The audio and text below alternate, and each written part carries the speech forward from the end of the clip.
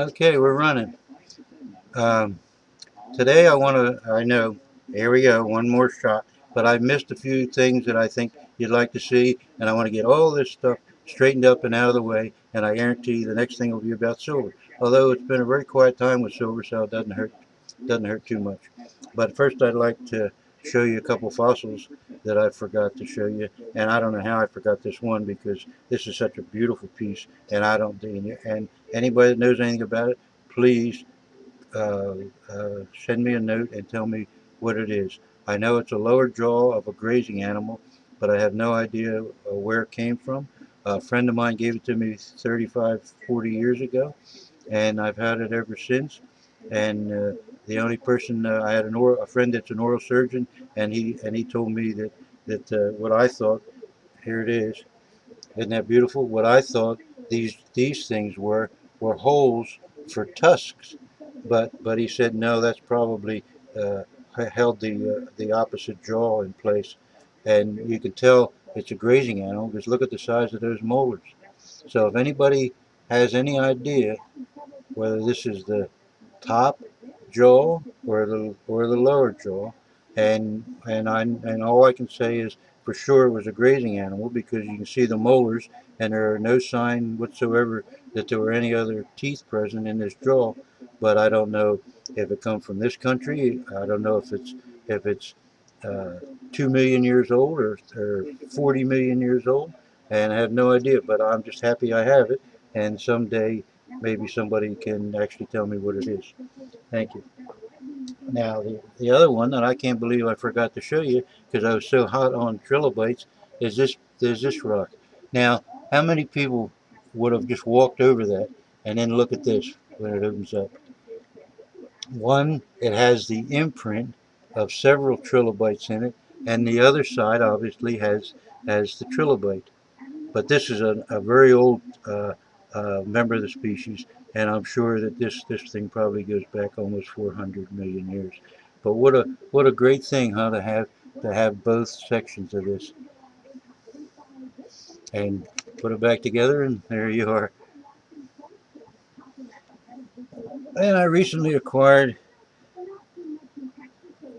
some parts of a um, mastodon tooth, and this may be 40,000 to 100,000 years old.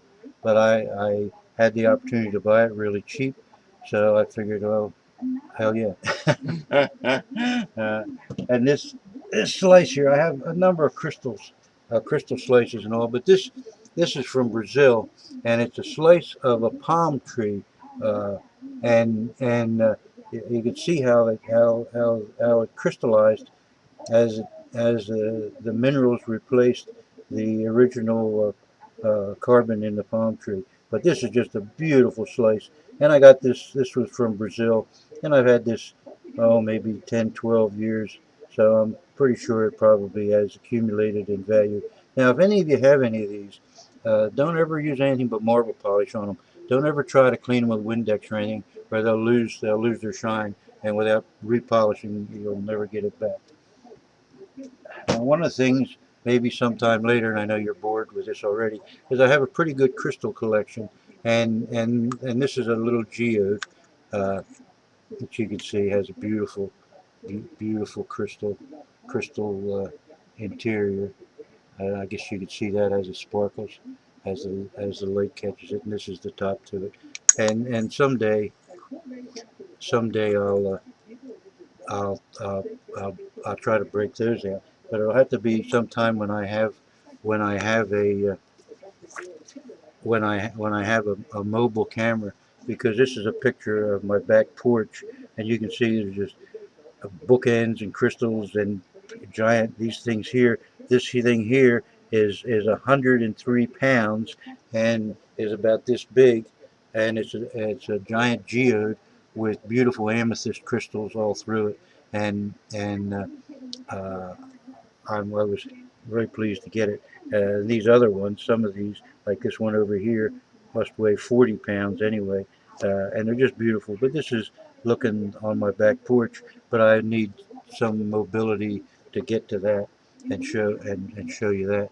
And then, of course, I've been protesting for so many years. This was for years and years on my front lawn. Now I have a different one on the front lawn about Bush and Cheney and Gonzalez, about how they should be impeached for war crimes, or how they should be arrested and tried. This is what my cellar looks like. I brought you some things, but I couldn't take you and show you these. These are ones that I found. All these fossils are fossils from New Jersey that I found. And then here's my favorite butterfly painting. This is a 3 by 5 painting that I have on the outside of my building, and more pictures from the cellar that you can't see, and of course my ever-loving dog. Now I want to show you something that I got to keep the silver people interested. I got these the other day. There's only 6 in this pack, but they came 10 of them. These are 5-ounce sunshine. Let's see, sunshine minting ink, and these were the sale that I was telling you about that I got on AppMex for 99 cents over spot. So I figured, oh well, I might as well get 10 of them because they were just, just seemed too good to pass up. And I had this on my desk the other day, but I forgot to show you. And it's a Simon Bolivar, uh, 20 Balboas, and this is sterling. And I think it's, I don't even know. I think it's 2,000 grains of silver from the Republic de Panama. So that'll keep you silver buffs with me at least for one more video. And then let me show you how this thing came. Here's a box.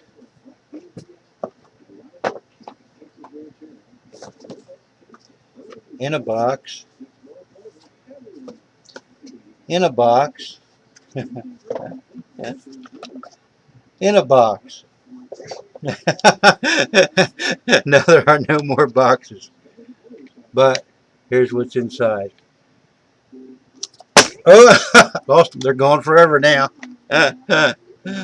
These are 2 marvelous 1/2 ounce gold. And this is the piece I think I wrote in one of my notes. Maybe I can get the loop on this if I had buried my loop somewhere. Where the hell's my loop? It's the last year they made this set, and they are 2 1/2 ounce gold coins that were done on 08/08/08, and these are the ones I was saying that, let's see, that,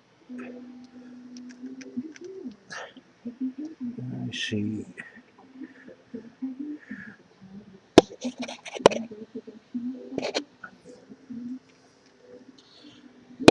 they were saying that they weren't going to do it anymore, and when I got them, I think I paid around 1,200 or so, and I was offered $2,000 for the set when gold was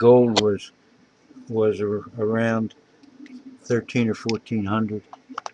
So they go back in the box, and in the box. I think, was there paperwork? Oh, there's the paperwork. Oh yeah, here it is. 88/08, and I think that was the reason they did them for that one time. But I seldom buy gold, and as I say, I've lectured to so many that I seldom buy fractional. But this was just too beautiful a set to pass up. Now what I want to do now is quickly, and a good friend of mine here is helping me with this. You've heard me probably refer to him as the Cabana Boy because there's no other name for him, because he does so many things for me. We're going to run through a couple of quick paintings, and then I'll get out of here, and I guarantee you won't see anything but silver after that. this was when I got out of school. I started painting and I went to craft shows and did painting for a while. And that's when I think I told you that if this painting took me 2 hours, then the people would ask how expensive was it, and I'd ask them what they make an hour. And if they made $10 an hour, then I'd charge them $20 for the painting. If they made $50 an hour, then I'd charge them $100 for the painting, because we would sort of swap.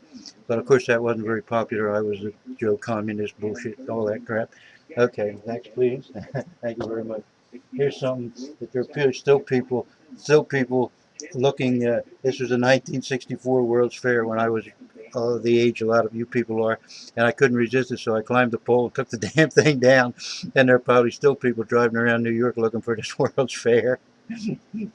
So, this is Trey, by the way.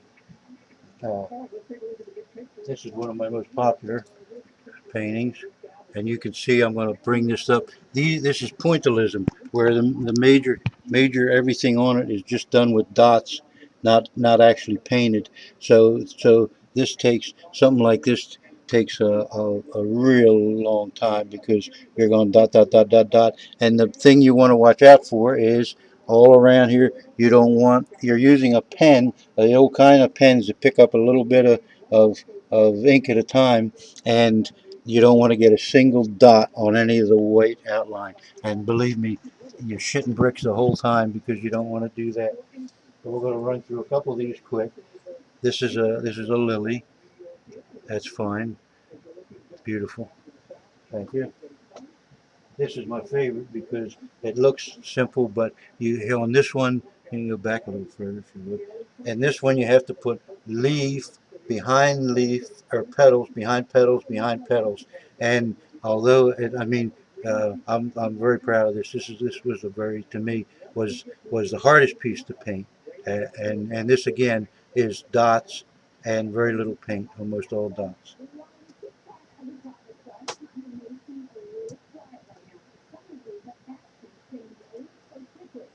There's a couple of daisies. For a while there, I did about 60 or 70 of these. I did one a day before Christmas one year, and I packed them in a big box. And anybody that come over for Christmas could go through the box and pick out their favorites and take them home with them.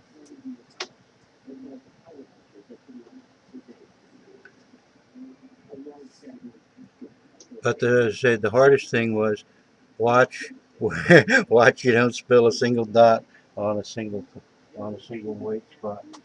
Now bring this last one up, and this one is entirely dots.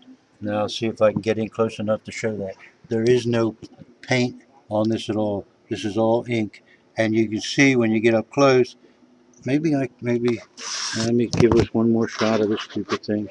Maybe it'll work without the. We'll try it with the light, and then without the light. But there, oh, that's perfect. That is perfect. You can see there is no painting. It is all ink, one one dot at a time. Now he'll take it back, and now you'll see that when you show the whole thing, get over in the screen. When you show the whole thing. Oh, I'm he's walking around in circles. I'm holding the damn camera. When you show the whole thing, then you get the illusion of a flower. But when you're up close, you see that there's nothing but dots. So I want bring Trey back and introduce him again. Very good friend of mine, and my handyman worker that we cut stuff together, and he's a great help around here. Uh, and that hopefully will bring up take care of all my odds and ends, and we will talk about silver, and I hope I have some silver, some nice pieces I can dig out and show you. Thank you very much for watching.